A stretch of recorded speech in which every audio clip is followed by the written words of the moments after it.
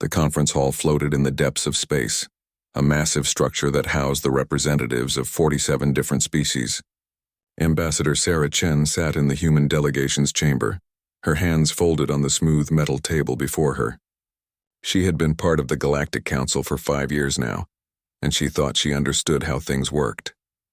Today she would learn how wrong she was. The holographic display showed the Kresh ambassador, a tall creature covered in black scales with eyes that glowed red in the dim light. His voice rumbled through the translation device that everyone wore. "The human colonies in the Outer Reach belong to the Kresh Empire by ancient right," he declared. "We discovered those systems 3,000 years ago. The humans are newcomers. They must leave." Sarah stood up, her heart pounding. "The Outer Reach colonies are home to 15 million humans. They have lived there for 30 years. The Council Charter protects all member colonies from territorial disputes." She looked around the circular chamber, expecting support. The Council had rules. The Council had laws. Surely they would honor their own agreements. The Vrin representative, an insect-like being with multiple eyes, spoke next. "The Council will discuss this matter privately. All delegations except Council members must leave." Sarah felt cold fear creep into her stomach. The Mutual Defense Pact requires the accused party to be present during deliberations. "You are dismissed, Ambassador Chen," the Vrin said firmly. She had no choice. Sarah walked out of the chamber, her assistant David following close behind. They went to the observation deck, where visiting diplomats could watch the council proceedings through the glass. But today the glass turned opaque. The council had activated privacy mode. "Something is wrong," David whispered. "They have never done this before." Sarah nodded. She pulled out her communication device and tried to contact Earth, but the signal was blocked. The entire station had been locked down. They were trapped, unable to warn anyone. Hours passed. Sarah paced back and forth, her mind racing through possibilities. None of them were good. Finally, a small figure appeared beside her. It was Keeper Zin, a member of the Peltheran species. The Peltherans were small, furry creatures who served as record keepers for the Council.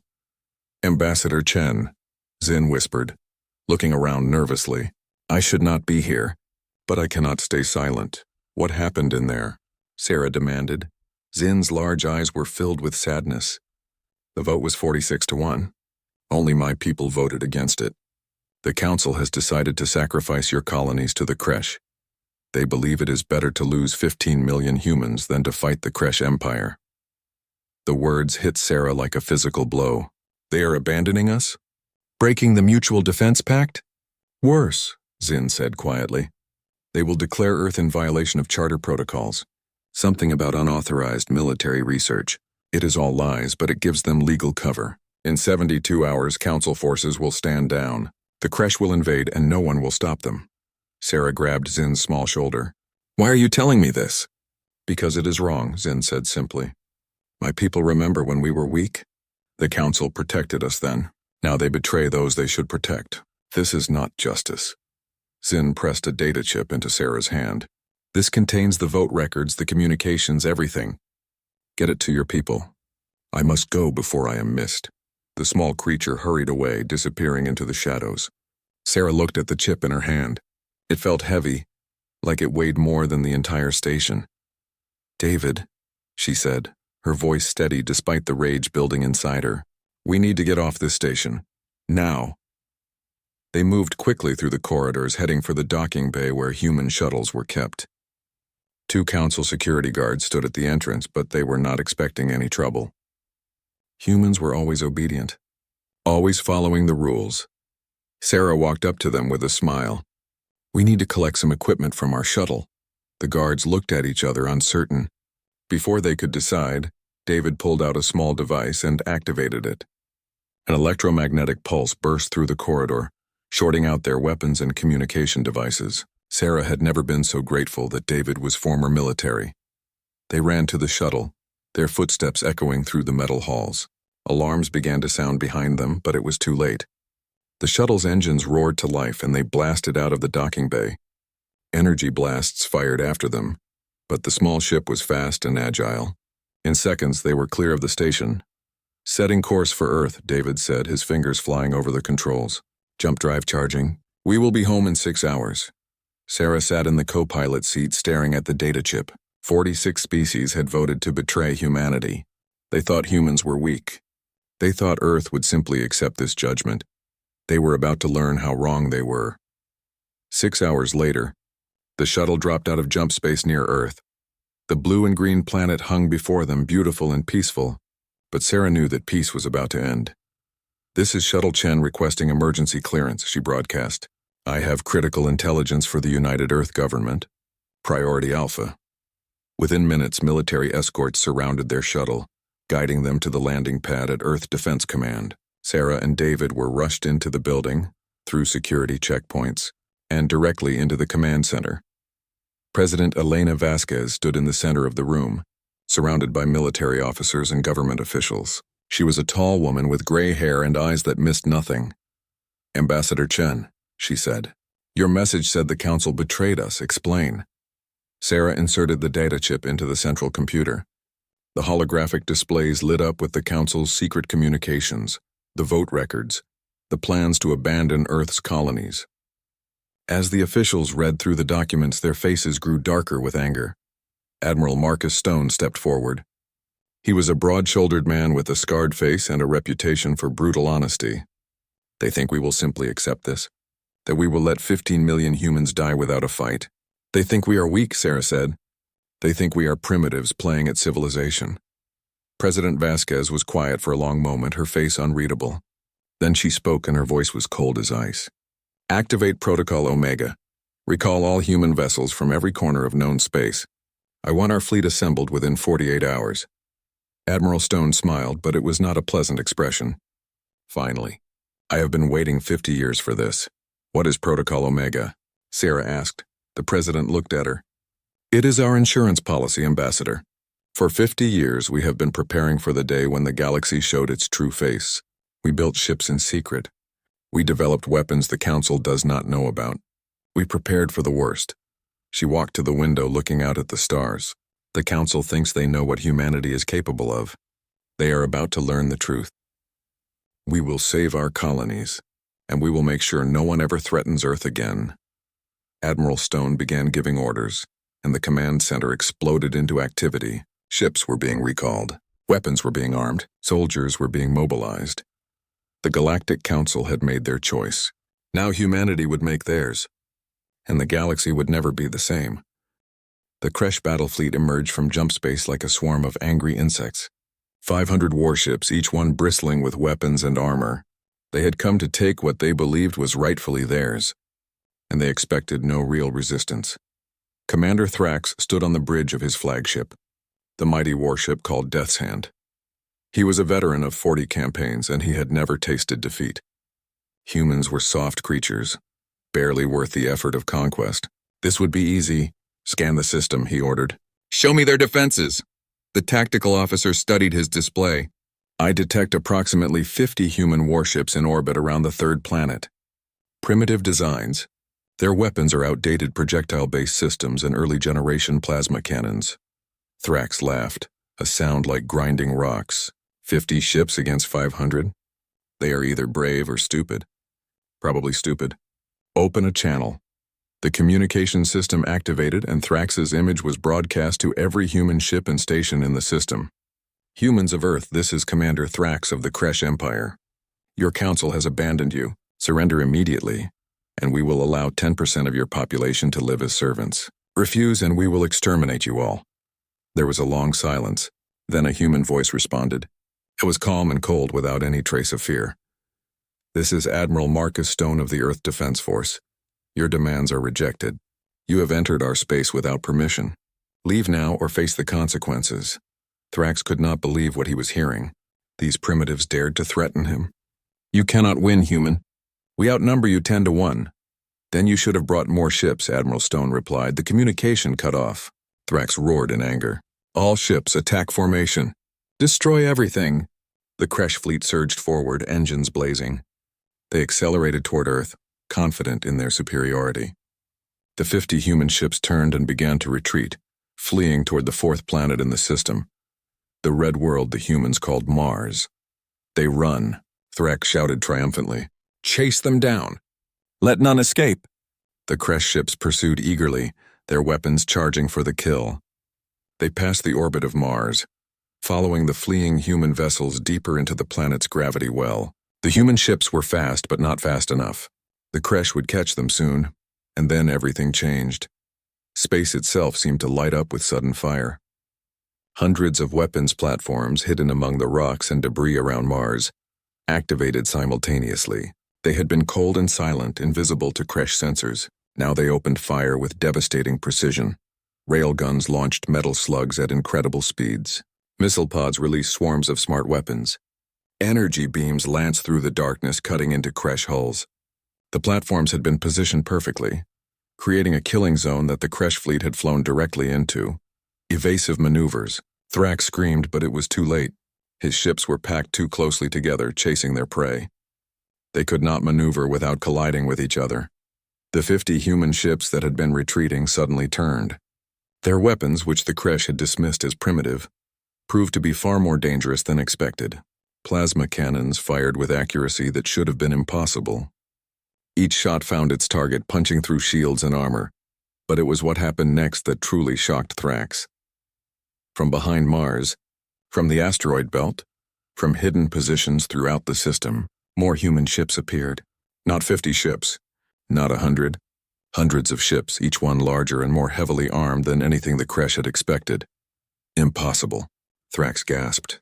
Our intelligence said they only had a token defense force. His tactical officer's voice trembled with fear. Sir, I am detecting advanced shield technology, weapon systems we have never seen before, and their coordination is perfect. It is as if all their ships are thinking with one mind. On the bridge of the dreadnought Indomitable, Admiral Stone watched the battle unfold with grim satisfaction. The holographic display showed every crash ship, every weapon, every movement. Ares, the artificial intelligence network that connected every human vessel, calculated trajectories and targets faster than any organic mind could follow. Ares, status report, Stone commanded. The AI's voice was calm and precise. Enemy fleet coherence dropping to 43%. Optimal firing solutions achieved on 91% of targets. Predicted enemy survival rate, 0.4%. Estimated time to complete victory, 23 minutes, Stone nodded. 50 years. 50 years of building in secret, of preparing for this day. The Council thought they knew humanity. They thought humans were newcomers, primitives, easily controlled. They had no idea what Earth had been doing while pretending to be obedient members of the galactic community. All ships, maintain formation. Let none escape. I want recordings of this battle transmitted on all galactic channels. Let the Council see what happens when you betray humanity. The battle was not really a battle anymore. It was an execution. The crash ships tried to fight back, but their weapons could barely scratch the human shields. They tried to retreat, but human ships were faster. They tried to surrender, but Admiral Stone had given orders. No mercy, no prisoners. Thrax watched in horror as his fleet was systematically destroyed. Ship after ship exploded into fire and debris. His warriors, veterans of countless victories, died without even inflicting significant damage on the enemy. How? He whispered. How did they hide such power? He would never learn the answer. A massive human warship, larger than anything he had ever seen, emerged from behind Mars. Its main weapon charged, gathering energy that made space itself ripple. When it fired, the beam cut through Death's hand like it was made of paper. Thrax's last thought was that he had underestimated the wrong species. 47 minutes after the battle began, it was over. 500 crash warships had been reduced to debris. Only a handful of escape pods drifted in the silence, and even those were being collected by human ships. Earth had lost 3 vessels and suffered damage to 8 others. It was not even close to a fair fight. Admiral Stone stood on his bridge watching the aftermath. His second-in-command, Captain Jennifer Park, approached him carefully. Sir, the recordings have been broadcast across all galactic channels. Every species in known space will have seen what happened here within hours. Good, Stone said. Let them see. Let them understand, Admiral, Park said hesitantly. What about the escape pods? There are crash survivors asking for rescue. Stone's face was hard as stone. Space them. All of them, Park swallowed. She had served with Stone for 20 years, and she knew he was not a cruel man. But he was a man who understood that wars were won not just with weapons but with fear. Sir, the Council laws regarding prisoners of war, The Council abandoned us, Stone interrupted. Their laws no longer apply to Earth. Besides, we need to send a message. A clear, unmistakable message. He turned to face her and his eyes were cold. The galaxy needs to understand what humanity is capable of. They need to know that when you attack Earth, there is no surrender. No mercy, no escape. Only total annihilation. Park nodded and gave the order. The escape pods were destroyed quickly and efficiently. When it was done, the space around Mars was filled with debris and silence. The Kresh Empire had sent 500 ships to conquer Earth. Not one would return home. Stone opened a communication channel to Earth. President Vasquez appeared on the screen. Madam President, the Kresh attack has been repelled. Total enemy casualties. Minimal losses on our side, Vasquez nodded. Well done, Admiral. Now comes the hard part. Prepare the fleet for departure. We are not waiting for them to attack us again. Where are we going? Stone asked, though he already knew the answer. To the Kresh homeworld, Vasquez said. To the council worlds that supported this betrayal. We are going to show them that humanity does not forgive. And we do not forget, Stone smiled. It was the smile of a predator about to hunt. The fleet will be ready to depart in 12 hours, Madam President. I suggest the council starts preparing their defenses. Not that it will help them. As the transmission ended, Stone looked out at his fleet. 2,400 warships, each one a masterpiece of human engineering and determination. Ships that the council did not know existed. Weapons that would shock and terrify the galaxy. And an artificial intelligence network that made his fleet fight as one unstoppable force. The Kresh had come to Earth expecting an easy victory. Instead, they had awakened something they could not imagine. Humanity had been preparing for 50 years, building in the shadows, waiting for the day when the galaxy showed its true nature. That day had come. And now the galaxy would learn what humans really were. Not primitives, not newcomers, not victims, but survivors who would do whatever it took to protect their own. And when pushed to the edge, humanity did not break. They pushed back with a force that would shake the foundations of the entire galactic order. The message was broadcast across every channel, on every frequency. Admiral Stone's voice was heard on 1,000 worlds. This is Admiral Marcus Stone of Earth. The Galactic Council betrayed humanity. The Kresh Empire attacked our world. 500 ships came to destroy us. 500 ships died. Let this be a lesson to anyone who thinks Earth is weak. We are coming, and we will have our justice. The council chamber was filled with chaos. Representatives from 47 species shouted at each other, their translation devices creating a storm of overlapping voices. The holographic display in the center showed the same image over and over. The destruction of the Kresh fleet, the debris field around Mars, the undeniable proof of Earth's hidden military power. Counselor Vexith of the Vryn species tried to restore order. His multiple eyes darted around the chamber as he banged his staff against the floor. Silence. We must have order. But no one listened. The Kresh ambassador, a replacement for the one who had been so confident days ago, was screaming at the assembled council. You promised us the humans were weak. You said they had minimal defenses. 500 ships. 500 of our finest warships destroyed in less than an hour. The Talvos representative, a tall being covered in blue scales, pointed an accusing finger at the Intelligence Committee. How did we not know about this fleet? Where did they build 2,000 ships without our knowledge? Ambassador Quellen of the Peltharan species, the small furry creatures who had warned Earth, spoke quietly but firmly. Perhaps because we were not looking. We assumed humans were honest because they seemed weak. We did not consider that they might be planning for their own defense because we never gave them reason to trust us. They broke council law, someone shouted. Artificial intelligence networks are forbidden. They used an AI to coordinate their fleet.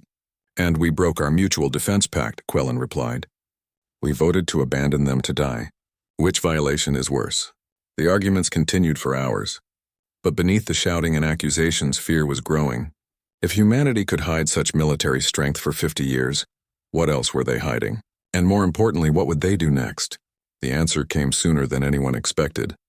Every communication screen in the council chamber suddenly activated. Every display, every monitor, every holographic projector showed the same image. President Elena Vasquez of Earth, sitting behind her desk with the flag of United Earth behind her. Her face was calm, but her eyes were hard as diamonds. Greetings to the Galactic Council, she began. I am President Elena Vasquez of United Earth. I address you today not as a member of your council, but as the leader of a betrayed people. Councillor Vexith tried to interrupt. This is a violation of council communication protocols, but the transmission could not be stopped. It was being broadcast on every frequency, to every world in known space. Billions of beings across the galaxy were watching. 50 years ago, Vasquez continued, humanity joined the Galactic Council in good faith. We believed in your laws. We trusted in your protection. We contributed our resources, our knowledge, and our soldiers to maintain peace. And when we needed you most, you abandoned us. The holographic display shifted, showing the vote records that Sarah Chen had stolen. Every council member's vote was displayed, clear and undeniable. 46 votes to sacrifice humanity. Only the Peltherans had stood with Earth. You voted to let the Kresh Empire exterminate 15 million humans. You created false charges against us to justify your betrayal. You believed we would simply die quietly, and the galaxy would forget we ever existed. Vasquez paused, letting the weight of her words sink in. You were wrong. The display changed again, showing the Battle of Mars from multiple angles. The destruction of the Kresh fleet played out in terrible detail. The Kresh came to destroy us. They brought 500 warships. They brought threats and demands. They brought their arrogance and their certainty of victory. We sent them home in pieces. The president leaned forward, her voice growing colder. Humanity spent 50 years preparing for this day. We knew that the galaxy was dangerous. We knew that eventually someone would try to destroy us. So we built ships. We developed weapons. We created defenses, all in secret because we learned early that showing weakness invites attack. She stood up, her figure dominating every screen across known space. Today, I formally announce that Earth is withdrawing from the Galactic Council. Your laws no longer bind us. Your protection, which was always a lie, is no longer wanted. From this moment forward, humanity stands alone. The council chamber erupted in shocked murmurs, but Vasquez was not finished. Furthermore, I hereby declare a state of war between United Earth and the Kresh Empire. Any species that provides military aid to the Kresh will be considered enemies of humanity. Any species that attacks human colonies or vessels will face the full might of Earth's fleet. The display showed images of the human fleet. 2,400 warships gathered in formation around Earth. It was a sight that sent chills through every being who saw it. We do not want this war, Vasquez said, her voice softer but no less firm. We wanted to live in peace as part of your council. You made that impossible, so now we will do what we must to survive. We will protect our colonies. We will destroy those who threaten us, and we will make sure that no one ever again believes that humanity is weak. She looked directly into the camera, and it felt like she was staring into the soul of every being watching. To the species of the galaxy, I say this: Earth remembers. We remember every kindness, and we remember every betrayal. Stand with us, and you will find no more loyal ally. Stand against us, and you will learn what it means to face a species that fights not for conquest, but for survival.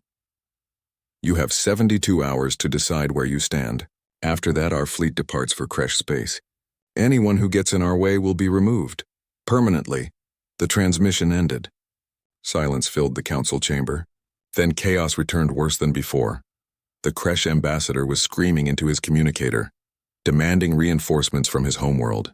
The Talvos representative was frantically trying to contact their military command. A dozen other species were making urgent calls to their governments, but 12 species were doing something different. They were quietly withdrawing their representatives from the council chamber. They had seen the recordings. They had heard the president's words, and they had made their decision. They would not fight for the council against humanity. Councillor Vexith watched his authority crumbling in real time.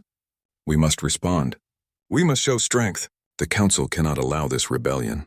The Draconid ambassador, a massive reptilian being who rarely spoke, stood up. His species was one of the oldest and most powerful in the galaxy. And how do you propose we show this strength, Counselor?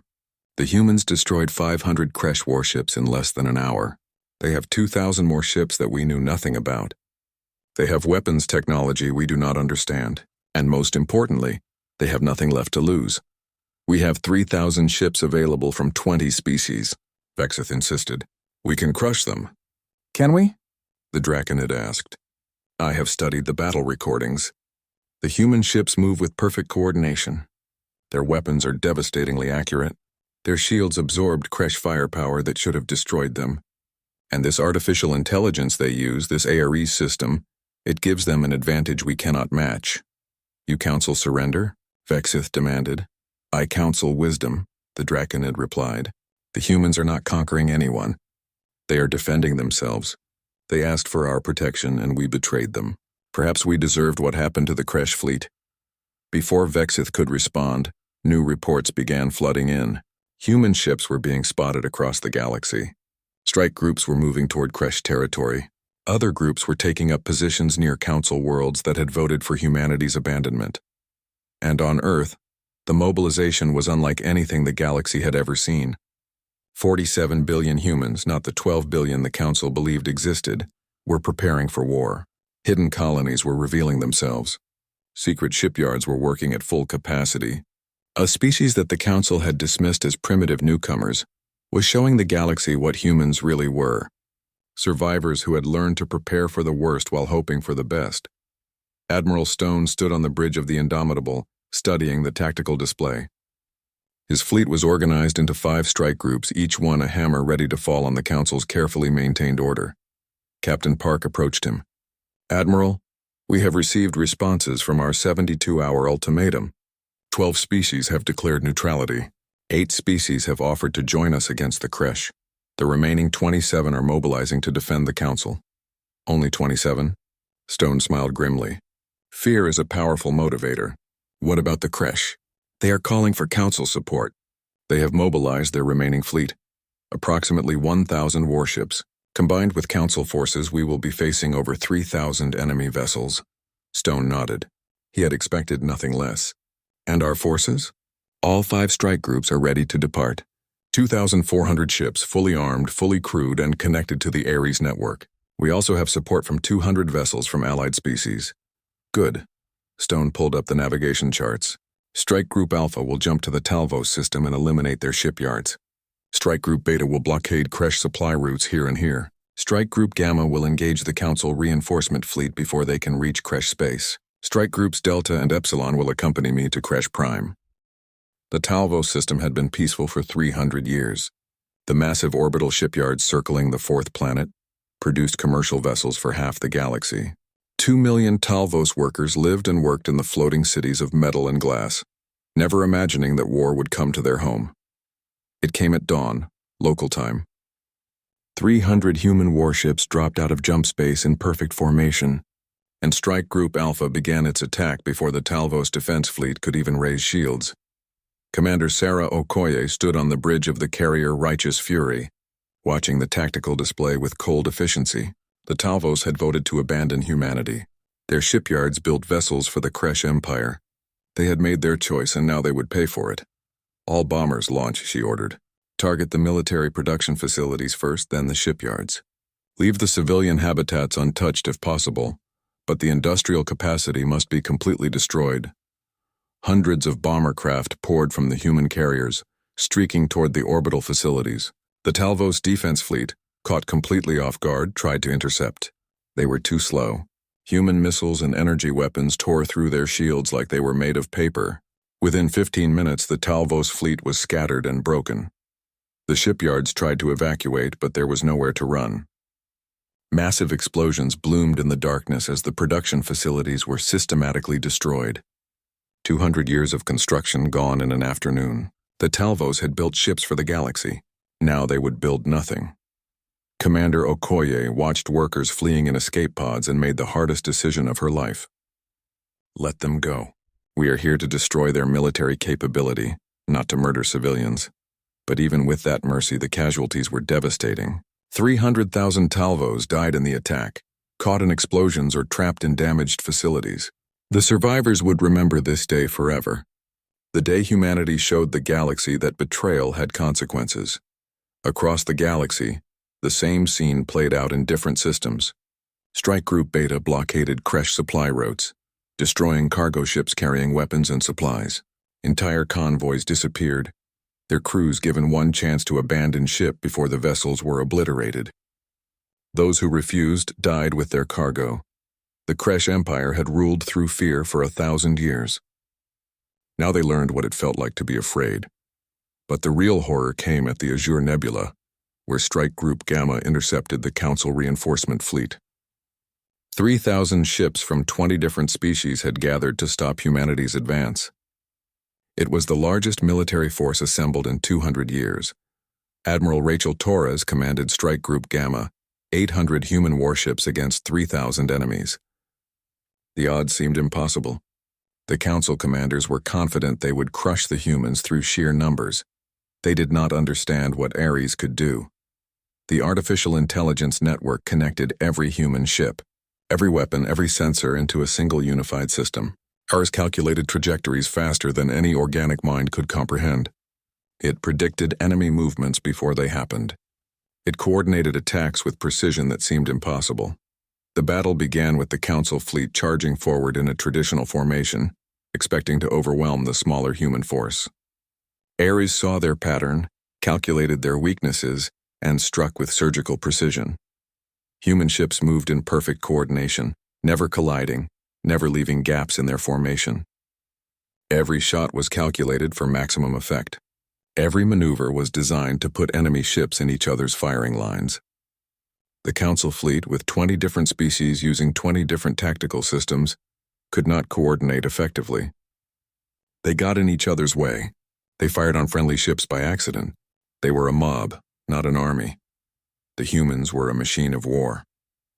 Admiral Torres watched the battle unfold with grim satisfaction.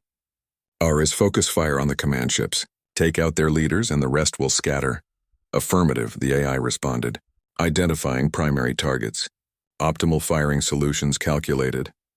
Massive human dreadnoughts fired their main weapons, beams of concentrated energy that could cut through a planet's crust. Council command ships, heavily armored and shielded, exploded one after another. Without their commanders, the Council fleet fell into chaos. The battle lasted 8 hours. When it ended, the Azure Nebula was filled with debris and bodies. 1,800 Council ships destroyed. The survivors fled in terror, jumping to random coordinates just to escape the human fleet. Strike Group Gamma had lost 63 ships. The victory was absolute and the message was clear. Numerical superiority meant nothing against superior technology and coordination. But humanity saved their greatest fury for the Kresh homeworld. Kresh Prime was a massive planet, home to 12 billion Kresh citizens, the capital of an empire that had ruled 40 systems for 1,000 years. The Kresh had never known defeat on their home soil. They believed themselves invincible. Admiral Marcus Stone brought 900 warships to their doorstep and taught them differently. The Kresh defense fleet fought bravely, meeting the humans in orbit around their homeworld. 500 Kresh warships against 900 human vessels. They fought with the desperation of people defending their home, and for the first time they inflicted real casualties on the human fleet. But bravery was not enough. One by one, the Kresh ships fell. Their weapons, powerful by galactic standards, could not penetrate human shields effectively. Their armor, thick and strong, melted under human energy weapons. Their tactics, proven in 100 campaigns, were predicted and countered by Ares before they could be executed. When the last Kresh warship exploded, Admiral Stone gave the order that would echo through history. Begin orbital bombardment. Target all military installations, weapons factories, and shipyards. Avoid civilian population centers when possible. But the Kresh war machine must be completely destroyed. Captain Park protested. Sir, there are billions of civilians down there. If we destroy their industrial base, their economy will collapse. Millions will die from starvation and disease. Stone's face was like carved granite. They came to Earth to exterminate 15 million humans. They showed no mercy. They expected none. Now they receive none. This is not justice, Admiral. This is revenge. Justice is what the strong decide it is, Captain. And right now, we are the strong. Begin bombardment. For 6 days, human ships fired on Kresh Prime. Not on cities, not on homes, but on every facility that could support war. Weapons factories were reduced to rubble. Shipyards became craters. Military bases disappeared under concentrated fire. The Kresh government, hidden in underground bunkers, could only watch as their empire's power was systematically erased. 2 billion Kresh died in those 6 days. Not from direct attacks, but from collateral damage. From infrastructure collapse. from the chaos that came when an advanced civilization was suddenly bombed back to a pre-industrial state. The galaxy watched in horror. News feeds from 1,000 worlds showed the same images. Human ships in orbit firing down with mechanical precision. The Kresh, who had terrorized their neighbors for generations, reduced to helpless victims. Some species cheered, some wept. All of them feared.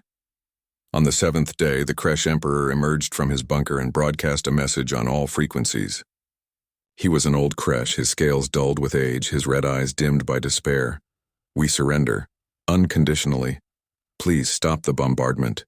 We have no more capacity to resist. Our military is destroyed. Our industry is gone. Please have mercy on our people. Admiral Stone received the transmission and considered it for a long moment. Then he opened a channel to the Emperor. Mercy? You came to Earth demanding we reduce our population by 90%. You threatened to exterminate us all if we refused. Now you ask for mercy? The Emperor's voice trembled. We were wrong. We underestimated you. We will pay any price, accept any terms, but please stop killing our people. Stone was quiet for a moment. Then he spoke, and his voice was cold as the void of space. Very well. Here are the terms. The Kresh Empire is dissolved, effective immediately. Your military will be completely disbanded. All weapons manufacturing will cease permanently. You will pay reparations to Earth for 3 generations, and your leadership will stand trial for war crimes. And if we refuse? The Emperor asked, though he already knew the answer. Then the bombardment continues until there is nothing left to refuse. You have 1 hour to decide. The Emperor did not need an hour. The Kresh Empire, which had stood for 1,000 years, surrendered completely. Their ships were scrapped. Their weapons were destroyed. Their once proud civilization was reduced to a broken shadow of its former self. But humanity was not finished. Across the galaxy, human forces moved against every species that had supported the betrayal. 14 systems were blockaded. 23 military installations were destroyed. Hundreds of ships were captured or eliminated. The campaign was efficient, brutal, and unstoppable. The Galactic Council tried to organize resistance, but their authority was shattered. Species that had been members for thousands of years quietly withdrew, unwilling to face humanity's wrath. Some sent secret diplomatic messages to Earth begging for peace. Others simply hoped that if they stayed quiet, the humans would leave them alone. 6 months after the war ended, President Elena Vasquez stood before the representatives of 31 species in what had once been the Council Chamber. But this was not the Galactic Council anymore. Today, they were founding something new, something that humanity would shape from the beginning. She looked out at the assembled delegates, seeing fear in many faces, hope in others, and calculation in most. They had come because they had no choice. Earth's fleet still patrolled the space lanes, a constant reminder of who held the power now. Welcome, Vasquez began, her voice carrying to every corner of the chamber. We gather today not as the Galactic Council, which betrayed its own principles, but as something new.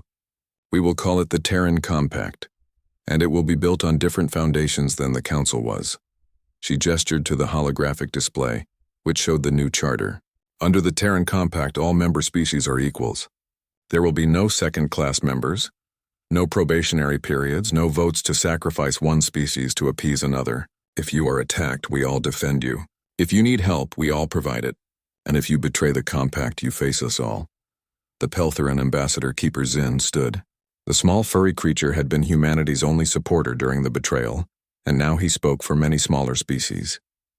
President Vasquez, your words speak of equality, but human warships patrol our space. Human bases occupy former council worlds. How can we be equals when you hold all the power? It was a fair question, and Vasquez had known it would come. You are correct, Keeper Zin. We do hold the military power, and we will not apologize for that. The old council proved that without power to back your principles, they mean nothing. But power does not mean we will abuse it. She pulled up images of human aid ships. In the past 6 months, Earth has sent medical supplies to 17 worlds affected by the war. We have provided food to populations facing starvation. We have shared our technology with species that need it. We destroyed the Kresh war machine, but we are now helping to rebuild their civilian infrastructure. This is the kind of power we intend to use. A murmur went through the assembled delegates. The Draconid ambassador, whose species was one of the oldest and most powerful, stood slowly. Humanity speaks well, but we have seen what you do to enemies. We watched the bombardment of Kresh Prime. We saw the destruction of Talvos. How do we know you will not turn on us when we displease you? Vasquez met his eyes steadily. You do not know. You must trust us just as we trusted the Council. And look where that trust led us. The difference is that we are honest about our power. We do not pretend to be something we are not. If you violate the compact, if you threaten Earth or its allies, we will respond with force. But if you are loyal, you will find no better friend in the galaxy. She paused, letting her words sink in. The choice is yours. Join the compact and help us build something better than the Council, or stand alone in a galaxy that has changed forever. But know this, the old order is dead. It died when the Council voted to betray one of its own members. What rises from its ashes is up to all of us. One by one, the delegates voted. 31 species joined the Terran Compact that day, not because they loved humanity, but because they feared being left outside of Earth's protection. It was not the idealistic alliance Vasquez had hoped for, but it was a start. But not everyone was celebrating Earth's victory. On Earth itself, in the Great Plaza before the government center, 50,000 protesters had gathered. They carried signs with messages like, "Not in our name" and "How many dead for our security?" And "We have become what we fought against." Dr. James Morrison, a professor of ethics who had lost his son in the war, stood at the front of the crowd. His voice, amplified by speakers, reached thousands. They tell us we won.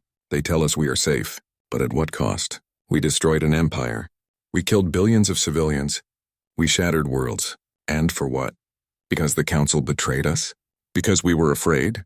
The crowd roared in agreement. We claim to be better than the species that threatened us. We claim to stand for justice and peace, but our hands are covered in blood. Kresh blood, Talvos blood, the blood of every species that stood against us. Are we the heroes of this story, or are we the monsters? Inside the government center, President Vasquez watched the protest on the monitors. General Chen stood beside her, his face troubled. Should we disperse them, Madam President? They are blocking traffic and disrupting government operations. No, Vasquez said firmly. They have every right to protest. They have every right to question what we did. In fact, I am glad they are doing so. It means we have not lost our soul completely, but they are calling us war criminals. They are demanding that you and Admiral Stone stand trial for crimes against sentient life. Vasquez smiled sadly. Perhaps we should. Perhaps we are criminals. We certainly broke every rule of civilized warfare. We destroyed civilian infrastructure. We killed billions who never attacked us directly. We did all of this in the name of security and revenge. We did it to survive, Chen protested. Yes. But does survival justify everything? That is the question Dr. Morrison and his protesters are asking, and it is a question we should ask ourselves. She turned away from the monitor. Schedule a meeting with the protest leaders. I will speak with them directly. They deserve answers, even if I am not sure I have good ones. Meanwhile, on the lunar base that served as Fleet Command, Admiral Marcus Stone was dealing with his own crisis. Half of his senior officers had requested transfers. They could not reconcile what they had done during the war with their consciences. Captain Jennifer Park sat across from him in his office, her resignation letter on the desk between them. I cannot do this anymore, Admiral, she said quietly. I followed your orders. I fired on those shipyards at Talvos. I watched 300,000 beings die. And for what? To send a message? To prove we were strong? Stone's face was carved from stone, showing no emotion. To ensure it never happens again. To make sure that no species ever again believes they can attack Earth without consequences. We did not just defeat them, Admiral. We annihilated them. We destroyed their civilization. Their children will grow up in poverty because we bombed their infrastructure. Their sick will die because we destroyed their medical facilities. Is that justice? It is survival, Stone replied. In war, there is no justice. There is only victory or defeat. We chose victory, Park shook her head. I used to believe in what we were doing. I used to think we were the good ones. But after Kresh Prime, after watching you order the bombardment day after day, I realized something. We are not the good ones. We are just the ones with bigger guns. She stood up. My resignation is effective immediately. I can no longer serve under your command. Stone watched her leave, his expression never changing. But when she was gone, he slumped in his chair, suddenly looking older than his 60 years. He pulled up the casualty reports from the war. 47 billion beings dead. 47 billion. The number was too large to comprehend, too terrible to fully grasp. He thought about Commander Thrax, the Kresh officer who had come to Earth so confident of victory. He thought about all the Kresh warriors who died at Mars, believing they were invincible. He thought about the workers at Talvos, going about their jobs one moment, dead the next, and he thought about the 15 million humans the Kresh had planned to exterminate. The children who would have died, the families who would have been torn apart, the civilization that would have been ended. It was necessary, he whispered to the empty room. It was all necessary, but he was no longer sure he believed it. 20 years passed. The galaxy adapted to its new reality. The Terran Compact grew to 47 members, exactly the same number as the old council. But this alliance was different, held together by a combination of genuine cooperation and fear of Earth's military might. Humanity had become the dominant power, the protector of the weak and the enforcer of peace. Human culture spread across the galaxy. Human language became the common tongue of trade. Human ships patrolled the space lanes, keeping pirates and raiders at bay. The Kresh Empire was a distant memory. Their world had recovered somewhat, but they would never again be a major power. They lived quietly, peacefully, their children taught in schools about the terrible price of arrogance. The old council worlds adapted or declined. Some joined the compact and prospered. Others refused and slowly faded into irrelevance. The galaxy had changed, and those who could not change with it were left behind. On Earth, a new generation had grown up knowing only the compact. They saw the monuments to the war dead, read the history books, and tried to understand what their parents and grandparents had done. Some were proud, others were ashamed. Most were simply grateful to live in a more peaceful time. President Vasquez had served 2 terms and retired. She lived quietly now in a house by the ocean, watching the waves and thinking about choices and consequences. Sometimes protesters still came to her door, calling her a war criminal. Sometimes veterans came to thank her for their survival. She treated both groups with the same quiet dignity. Admiral Stone had died 5 years ago, his body worn out by decades of war and stress. His funeral was attended by thousands, split evenly between those who honored him as a hero and those who condemned him as a monster.